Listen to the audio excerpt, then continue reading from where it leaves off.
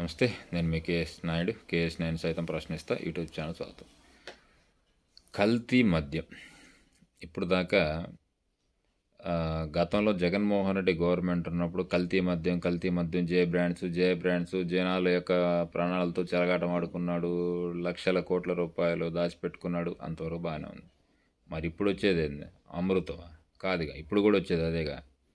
కాబట్టి ప్రభుత్వంలో ఉన్నప్పుడు అరికట్టడానికి ప్రయత్నం చేయాలా? ఆ ప్రయత్నం లోపం ఉంటే ఇలానే ఉంటుంది. ఎందుకు చెప్తున్నానంటే, 3 నిందితుల అరెస్టు. కల్తీ మద్యం విక్రయాలకు పాల్పడుతున్నటువంటి ముఠా గుట్టుని రట్టు చేసినటువంటి పోలీసులు, ఏ స్క్వాడ్ అధికారులు బుధవారం వాళ్ళని 3 నిందితులను అదుపులోకి తీసుకొని ప్రొహిబిషన్ అండ్ ఎక్సైజ్ నెల్లూరు 2 అధికారులకు అప్పగించారు. తన కార్యాలయంలో వివరాలను నెల్లూరు 2 ఇన్స్పెక్టర్ ప్రసన్న లక్ష్మి వెల్లడించారు. నెల్లూరు రూరల్ మండలం పెనుపర్తికి చెందినటువంటి సీను అలియాస్ డాన్ సీను వెంకయ్య విష్ణు ముఠాగా ఏర్పడి కల్తీ మద్యం విక్రయాలకు తెరలేపారు.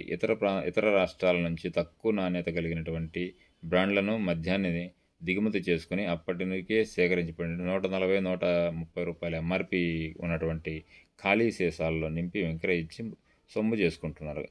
ఇది ఇలా కొంతకాలంగా గుట్టు చప్పుడు కాకుండా విక్రయాలు కొనసాగిస్తూ ఉన్నారు. దీనిపై జిల్లా ప్రొహిబిషన్ అండ్ ఎక్సైజ్ అధికారులు సమాచారం అందింది. వీరి ఆదేశాల మేరకు ఎస్సీ స్క్వాడ్ ఇన్స్పెక్టర్ శ్రీనివాస్ బాబు సిబ్బందితో కలిసి శ్రీని ఇంటిపైన దాడి చేశారు. నిందితులు అదుపులోకి తీసుకుని వారి నుండి 57 క్వార్టర్ కల్తీ మద్యాన్ని స్వాధీనం తీసుకున్నారు. తదుపరి విచారణ నిమిత్తం నిందితులు స్వాధీనం చేసుకున్న మద్యాన్ని ఎక్సైజ్ నెల్లూరు 2 కార్యాలయంలో అప్పగించారు. నిందితులకు అరెస్ట్ చేసి కేసు దర్యాప్తు చేస్తున్నామని ఇన్స్పెక్టర్ తెలిపారు. ఇది ఇంత తాగదు. అసలు బెల్ట్ అనేది బంద్ చేయాలి.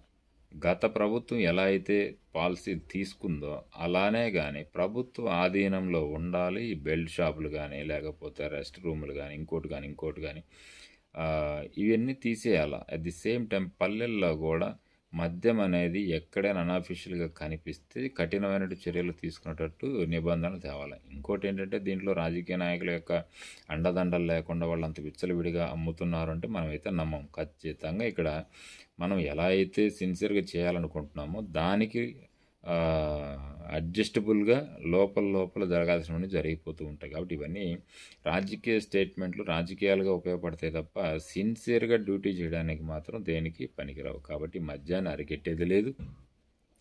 ప్రజల యొక్క ప్రాణాలతో చెలగాటం ఆడుకోకుండా ఉండేటటువంటి పరిస్థితి లేదు. ఏది ఏమైనా ప్రజలు మద్యం తాగాల్సిందే. మద్యం తాగి వాళ్ళ కుటుంబాలు రోడ్డు మీదకి తెచ్చుకోవాల్సిందే. ప్రభుత్వానికి ఆదాయం తప్ప ప్రజా ఆరోగ్యం అనేది ప్రభుత్వాలకు పట్టదు. Thank you.